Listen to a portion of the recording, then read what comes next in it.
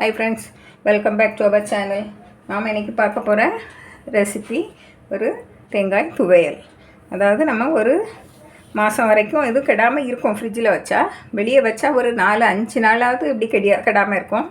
நம்ம லெமன் சாதம், புளி சாதம், இட்லி, தோசை, சப்பாத்தி எல்லாத்துக்கூடையும் நம்ம இதை சாப்பிட்லாம். நம்ம இப்போ அதை எப்படி செய்யலான்னு பார்ப்போம். அதுக்கு தேவையான பொருளை பார்த்துருவோம். 2 கப்பு தேங்காய் எடுத்து வச்சுருக்கேன். 8 காஞ்ச மிளகாய் எடுத்து வச்சுருக்கேன். 1 டீஸ்பூன் ஜீரகம், 1 டேபிள் ஸ்பூன் மல்லி, கருவேப்பிலை, பாருங்கள், ஒரு நெல்லிக்காய் அளவு புளி, உப்பு, தேவையான அளவு உப்பு, ஒரு 5 பல் பூண்டு, 1 டேபிள் ஸ்பூன் உளுந்தம்பருப்பு, 1 டேபிள் ஸ்பூன் கூட தான் இருக்கும். பாருங்கள், தேவையான அளவு எண்ணெய். இவ்வளோ தான் நம்ம தேவை. நம்ம எப்படி செய்யலான்னு பார்த்துருவோம். கொஞ்சமாக ஒரு 1/4 டீஸ்பூன் எண்ணெய் விடுங்க. நம்ம இந்த வத்தல் எல்லாம் வறுத்து எடுத்துடணும். பாருங்கள், இந்த காஞ்ச மிளகாய்,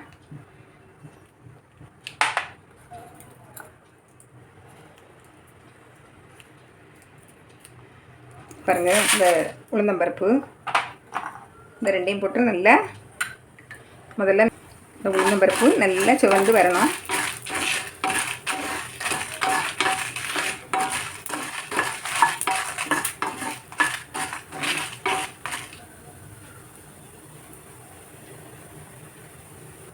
பாருங்கள், நல்லா சிவந்து வந்துட்டு இந்த நேரம் மல்லி, 5 பல் பூண்டு இவ்வளையும் போட்டு பருத்துங்க. நம்ம மிக்ஸியில் அரைக்கிச்சினையும் பூண்டை தனியாக எடுத்துடணும். அது வரைக்கும் கொஞ்சம் ஈரப்பசை போட்டு மல்லி நல்ல மணம் வந்தாச்சு. பாருங்கள், மல்லி நல்ல மணம் வந்தாச்சு. இந்த நேரம் ஜீரகத்தை போட்டு இறக்கிடுவோம். பாருங்க, நம்ம இவ்வளோ வறுத்து எடுத்தாச்சு. இதில் நம்ம பூண்டு தனியாக எடுத்துடணும். பூண்டு 5 பல்லையும் தனியாக எடுத்து வச்சுடுங்க. நம்ம அப்புறம் அரைக்கிச்சுமே எடுக்கலாம். இதை முதல்ல தனியாக நம்ம மிக்சியில் போட்டு கொஞ்சம் பொடி பண்ணி எடுத்துகிட்டு வரேன். பாருங்கள், நல்லா அரைச்சாச்சு. நல்ல மணமாக இருக்குது. நம்ம ஜீரகம் போட்டோன்னு இறக்க சொன்னது எப்படின்னா, ஜீரகம் நல்லா வறுபடக்கூடாது, அதனால தான். இனிமேல் நம்ம இது கூட தேங்காயை போடுவோம். இது கூட தேங்காய், புளி எல்லாமே போட்டு நம்ம அரைச்சிடுவோம். பாருங்கள், 2 கப்பு தேங்காயும் போட்டாச்சு.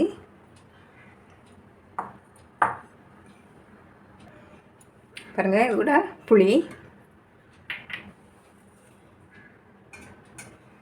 பாருங்கள், கொஞ்சமாக கருவேப்பிலை, கொஞ்சமாக போட்டால் போதும். லாஸ்ட்டில் நம்ம தாளிக்கும் போது போடலாம். பூண்டு, உப்பு, தேவையான அளவு உப்பு போட்டுடுங்க. பார்த்து நம்ம அரைக்கும்போது பார்த்து போட்டுக்கலாம். இப்போ அரைச்சிட்டு வந்துடுறேன்.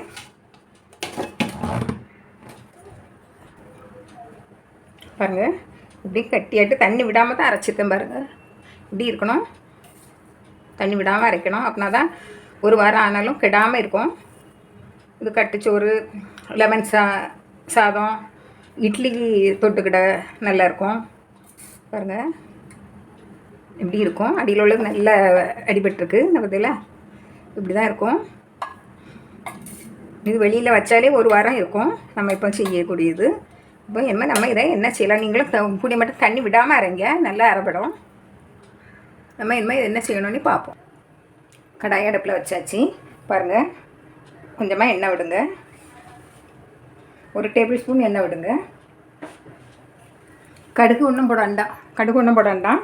உளுந்தம்பருப்பு, 2 காஞ்ச மிளகாய்.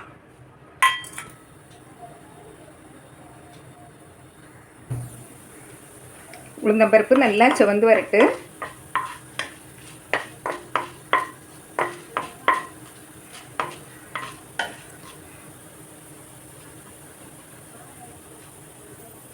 உங்களுக்கு கொஞ்சமாக காயப்பொடி, பெருங்காயப்பொடி போடணும்னா போட்டுவிடுங்க.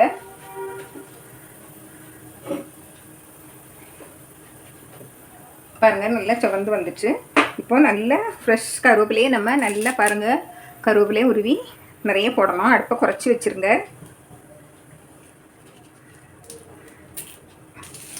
பாருங்கள், கொஞ்சம் நிறைய போடுங்க. அப்போ தான் நல்ல மணமாக இருக்கும். பாருங்கள்,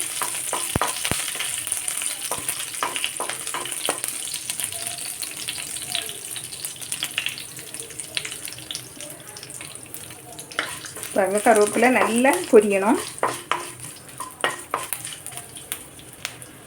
கொஞ்சமாக காயப்பொடி போடுங்க, இது ஆப்ஷனல் தான்.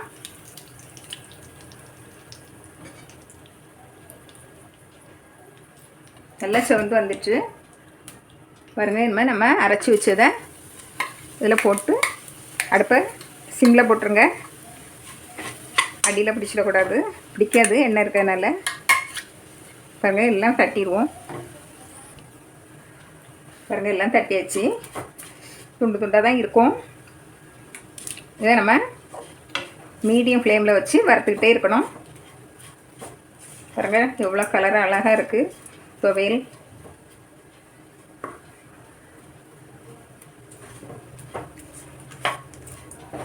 கைவிடாமல் கிண்டிக்கிட்டே இருங்க.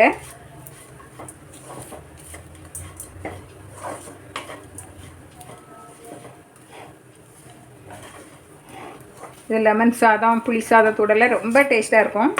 இட்லி கூடயும் வச்சு சாப்பிட்லாம்.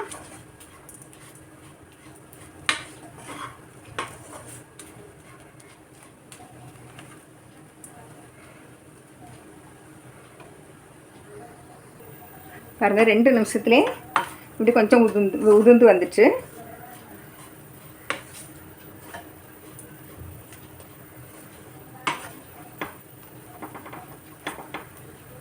பாருங்கள் இன்னும் 5 நிமிஷத்தில் அழகாக உதிர்ந்து வந்துடும்.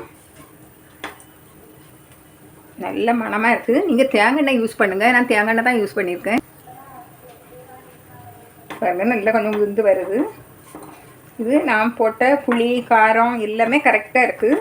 உப்பு தான் கொஞ்சம் குறைவாக இருந்து உப்பு போட்டேன். உங்களுக்கு இதோட ஒரு ஷார்ட்கட் வேணும்னா நீங்கள் வத்தலை மட்டும் தனியாக வறுத்து வச்சுக்கிட்டு இன்னும் நீங்கள் இந்த இப்படி வத்தல் அந்த மல்லி இதெல்லாம் வறுக்காமல் வத்தல் மட்டும் வறுத்து எடுத்து வச்சுக்கிடணும்.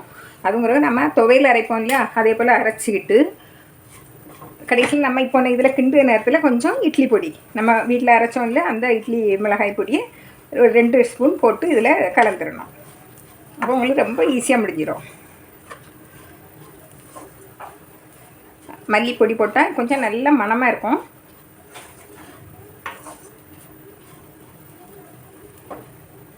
பாருங்கள் நல்லா உருது வருது பாருங்கள்.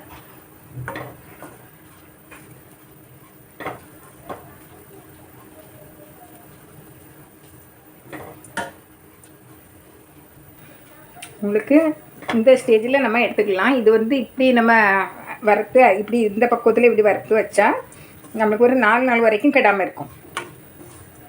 உங்களுக்கு ஒரு மாதம் வரை கெடாமல் இருக்கணும்னா நல்லா உதிரியாக வரணும். இதோட நல்ல உதிரியாக வரணும். எனக்கு 4-5 நாளைக்கு தான் தேவைப்படும். அதனால் ஓரளவுக்கு வந்தோடனே நான் எடுக்கேன். உங்களுக்கு இன்னும் இப்போ ஒரு 2-3 நிமிஷம் கிளறினீங்கன்னா நல்ல உதிரியாக வந்துடும். பாருங்கள் நான் மணம் மணக்குது. கருவேப்பிலை தேங்காய் மணம். நல்லா பொறுமையாக கிளறுங்க. அடுப்பை மிதமான தீயில வச்சு பொறுமையாக கிளறிடுங்க. பாருங்கள் பாருங்கள் இந்த ஸ்டேஜில் நான் அடுப்பை ஆஃப் பண்ணிவிட்டு ஆற வச்சு நம்ம பாட்டிலில் போட்டு வச்சுக்கலாம். லெமன் ரைஸ், புளி சாதம், எது இட்லி எல்லாம் அது கூடயும் சப்பாத்தி எது கூடயும் வச்சு நம்ம சாப்பிட்லாம். பாருங்கள் நான் அடுப்பை அணைச்சிட்டேன். நல்லா இதிலே வச்சு நல்லா கிளறி ஆற விடும். அப்படியே வச்சிடக்கூடாது. ஒரு 2 நிமிஷமாவது இப்படி கிளறி விட்டுகிட்டே இருக்கணும். அப்படின்னா தான் அதில் தண்ணி படாமல் இருக்கும். பாருங்கள் விட்டு விட்டு இப்படி கிளறி விட்டு ஆற வச்சிடணும். அதுக்கு பிறகு ஆறுனா பரவாயில்ல. இப்போ இந்த தண்ணியிலே நம்ம இப்படி வச்சிட்டோம்னா கீழே அடியில் அப்படியே இதாக இருக்கும்.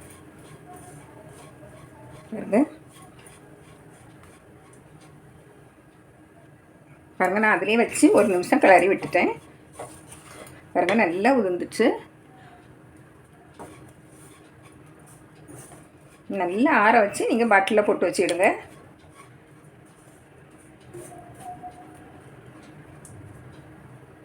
ஃப்ரிட்ஜில் வச்சா இறுகின போல் இருக்கும். அதனால் அதிகமாக ஃப்ரிட்ஜில் வைக்கண்டாம். அப்படியே தேவைன்னா நீங்கள் 2-3 பாட்டிலில் போட்டு ஃப்ரிட்ஜில் வச்சுக்கிட்டு 1 மணிக்கூருக்கு முந்தையே எடுத்து வெளியே வச்சிடணும்.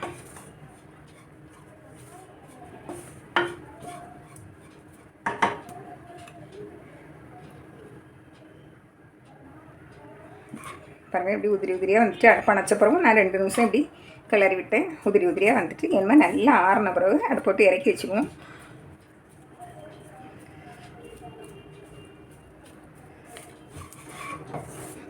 இதிலே இருந்து ஆறட்டு.